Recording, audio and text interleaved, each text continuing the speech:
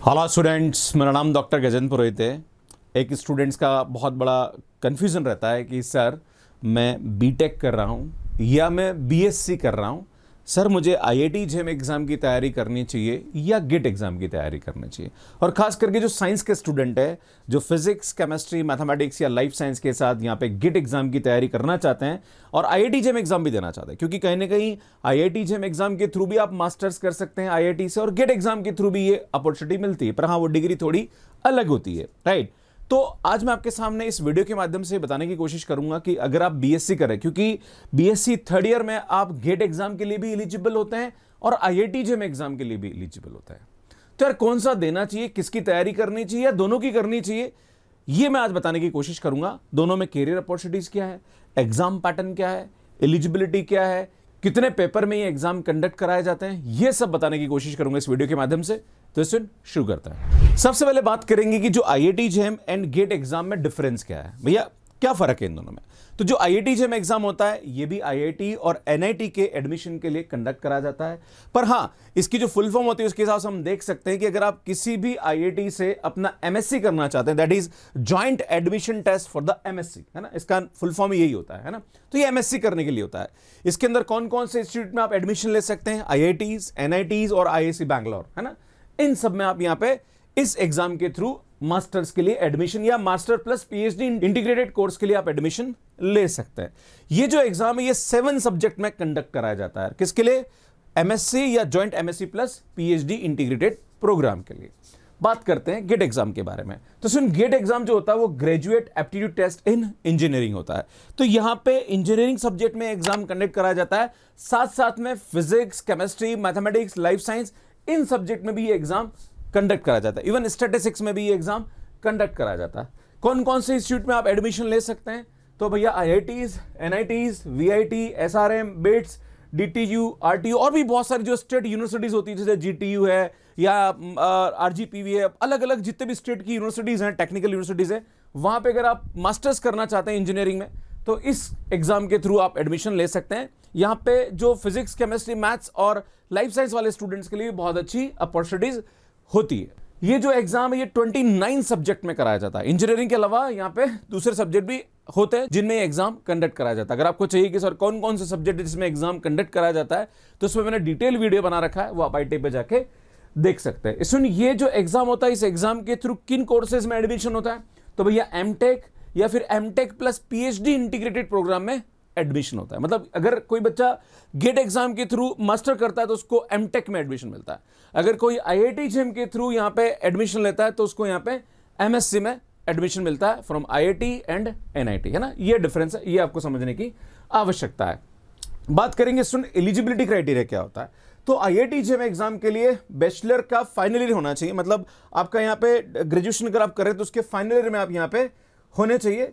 एक और यहाँ पे जो जनरल कैंडिडेट है उनके लिए 55% का यहाँ पे क्राइटेरिया होता है, एंड एससी, एसटी और पीडब्ल्यूडी कैंडिडेट के लिए 50% का यहाँ पे क्राइटेरिया होता है। अगर आप गेट एग्जाम देना चाहते हैं तो यहाँ पे बैचलर के थर्ड ईयर में या फिर अगर आप फोर्थ ईयर में या अगर आपने कर लिया आप इस एग्जाम को दे सकते हैं। पर सुन, गेट एग्जाम का एक बेनिफिट है कि अगर बाई चांस आपने बीएससी थर्ड ईयर में या आपने बीटेक के थर्ड ईयर में इस एग्जाम को क्रैक किया है अच्छी रैंक के साथ, तो जो आपका स्कोर कार्ड होता है वो 3 साल तक वैलिड होता है। मतलब 3 साल तक आप इसकी काउंसलिंग में पार्टिसिपेट कर सकते हैं इस रिजल्ट के थ्रू, राइट। पर यहां पे आईआईटी जेईई में ऐसा नहीं है। आईआईटी जेईई में अगर आपने 2024 में एग्जाम दिया तो 2024 की काउंसलिंग में आप पार्टिसिपेट कर सकते हैं, उसके बाद नहीं कर सकते, है ना। उसके बाद 2025 में आपको फिर से देना पड़ेगा।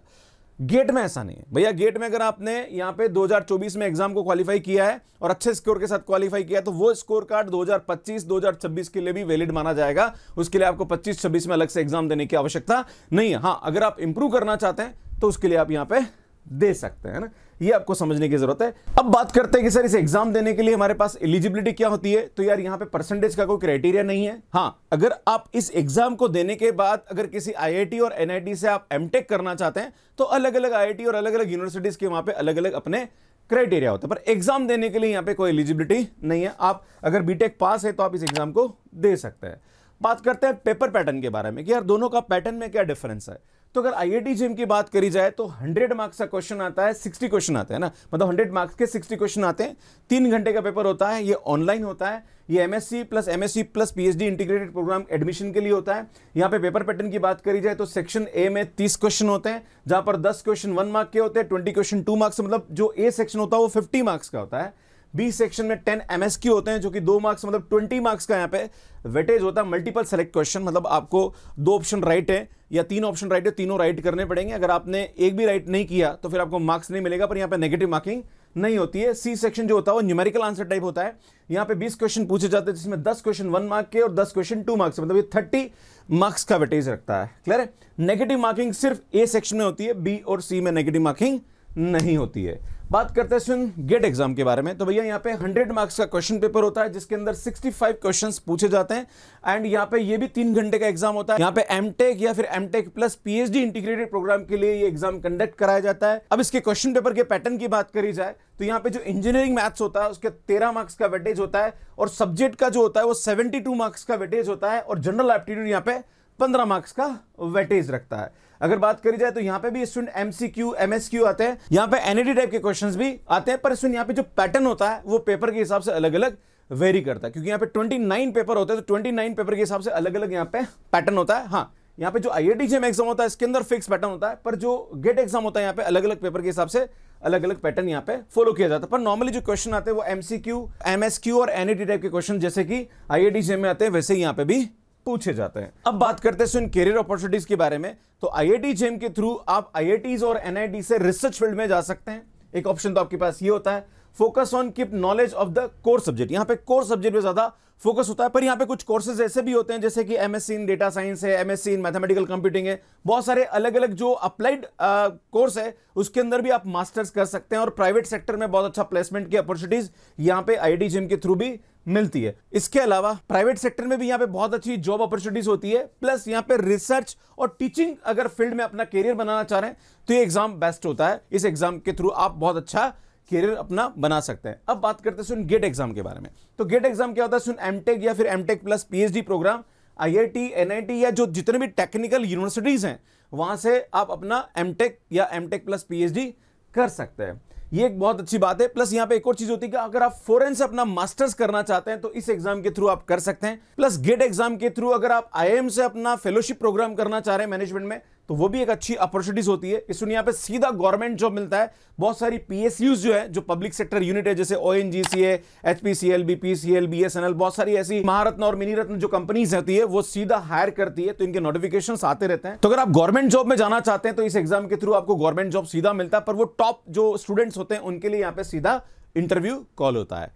बात करते हैं आगे। वैसे मैं बताना चाह रहा हूं कि अगर गेट एग्जाम पे आप और भी कैरियर ऑप्शंस देखना चाह रहे हैं तो मैंने इस पर डिटेल वीडियो बना रखा है, तो आप IIT पे जाके देख सकते हैं। इवन IIT JEM पे मैंने बना रखा, वो भी आप देख सकते हैं।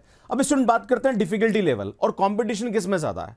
तो अगर IIT JEM की बात करी जाए तो सुन, यहाँ पे हमारे पास जो कंसेप्चुअल नॉलेज होता है, डीप नॉलेज होता है, उस पर ज्यादातर क्वेश्चंस बनते हैं। और जो गेट एग्जाम होता है ये कहने के आपका जो प्रैक्टिकल और जो एप्लीकेशन पार्ट है उस पर ज्यादातर फोकस रहता है। यहाँ पे जनरल एप्टीट्यूड भी पूछा जाता है, IIT JEM में नहीं पूछा जाता है ना। यहाँ पे गेट एग्जाम में जनरल एप्टीट्यूड पूछा जाता है, और यहाँ पे इंग्लिश का भी जो पोर्शन होता है, वर्बल एबिलिटी, वो भी पूछा जाता है। यहाँ पे सब्जेक्ट पे ज्यादा फोकस किया जाता है, खास करके जो प्योर के पार्ट होते हैं, जैसे कि मैथ्स की बात करी जाए या केमिस्ट्री फिजिक्स है ना, तो उनके जो मेन कंसेप्ट है, जो फंडामेंटल है, उस पर ज्यादातर क्वेश्चन बनते हैं। यहाँ पे अप्लाइड क्वेश्चन ज्यादा बनते हैं, यहाँ पे जनरल एप्टीट्यूड भी पूछा जाता है। इसका जो लेवल होता है वो मॉडरेट होता है, थोड़ा इजी होता है। यहाँ पे थोड़ा सा टफ होता है ना, मॉडरेट एंड टफ होता है, अब डिपेंड करता है सब्जेक्ट के वाइज। और प्लस ये भी देखा जाता है कि कौन IIT कौन सा एग्जाम कंडक्ट करता है। दोनों ही एग्जाम को IIT कंडक्ट कराती है, पर डिपेंड करता है, हर IIT का अपना एक लेवल होता है, उसके हिसाब से वो पेपर सेट करते हैं। इसमें यहाँ पे लेस कंपटीशन होता है, यहाँ पे कंपटीशन ज्यादा होता है। अगर मैं मैथमेटिक्स की बात करूं, अगर आप IIT से मास्टर्स करना चाहते हैं मैथ्स के अंदर, तो सुन, यहाँ पे 13,000 बच्चों ने एग्जाम दिया था, लगभग 1500 से 2000 सीटें, तो कंपटीशन बहुत कम होता है। यहाँ पे बहुत ज्यादा नंबर में स्टूडेंट्स एग्जाम में अपीयर होते हैं और सीट्स उसके हिसाब से थोड़ी कम होती है, तो कंपटीशन यहाँ पे ज्यादा होता है। तो सुनिए, जो इन्फॉर्मेशन है आपको कैसी लग रही है, आप प्लीज मुझे कमेंट करके बता सकते हैं। आपका कोई एक्सपीरियंस है कि सर मैंने IIT JEM एग्जाम दिया, मुझे ये थोड़ा टफ लगा, या गेट एग्जाम दिया, ये थोड़ा टफ लगा, प्लीज कमेंट करके जरूर बता सकते हैं, ताकि जो स्टूडेंट्स इस एग्जाम की तैयारी करना चाहते हैं वो कमेंट देख के थोड़ा मोटिवेट हो सके कि हाँ उनको कौन से एग्जाम की तैयारी यहां पे करनी चाहिए। और कैरियर ऑप्शंस के बारे में अगर आपको कुछ नॉलेज है तो आप कमेंट करके मुझे यहां पे बता सकते हैं। अगर आप इन एग्जाम की तैयारी करना चाह रहे हैं तो इन पे बुक्स मेरी Amazon और Flipkart पे अवेलेबल है, इनको आप बाय कर सकते हैं। इसमें मैं बताना चाह रहा हूं कि अनअकैडमी पे मैं IIT JEM और CSIR नेट दोनों ही पढ़ाता हूं। अभी दोनों पे ऑफर चल रहा है। अगर आप IIT JEM की तैयारी करना चाह रहे हैं तो 2024 का जो सब्सक्रिप्शन कॉस्ट है वो 10,000 है। 2025 एग्जाम के लिए तैयारी करना चाह रहे हैं तो 14,800 है। मेरा रेफरल कोड GP सर है, जब आप यूज करेंगे इसका बेनिफिट आपको मिल जाएगा। सिमिलरली बात करें अगर CSI नेट के बारे में तो दिसंबर 2023 एग्जाम के लिए जो फीस है वो 10,600 है, और 2024 जून एग्जाम की अगर आप तैयारी करना चाह रहे हैं, मतलब 1 साल का सब्सक्रिप्शन लेना चाह रहे हैं, इसकी कॉस्ट 15,000 है। कोड GP सर यूज करेंगे तो आपको बेनिफिट मिल सकता है। सुनिए, जो ऑफर है 15 जुलाई तक वैलिड है। सब्सक्रिप्शन कैसे लेना है इसका वीडियो मैंने यहाँ पे अपलोड करके यहाँ पे जाके देख सकते हैं। अगर आप अपना जनरल एप्टीट्यूड बेहतर बनाना चाह रहे हैं तो उसमें बहुत अच्छा काम करेगा for CSIR NET and GATE exam, वो यहां पे जाके देख सकते हो और यहां जाके चैनल को सब्सक्राइब कर सकते हैं। ये वीडियो कैसा लगा प्लीज कमेंट करके जरूर बताइए। अगर आपने चैनल को सब्सक्राइब नहीं किया तो चैनल को सब्सक्राइब कर लीजिए, और अच्छा लग रहा है तो वीडियो को शेयर जरूर करिए। आप सभी का बहुत बहुत धन्यवाद। Thank you, bye bye.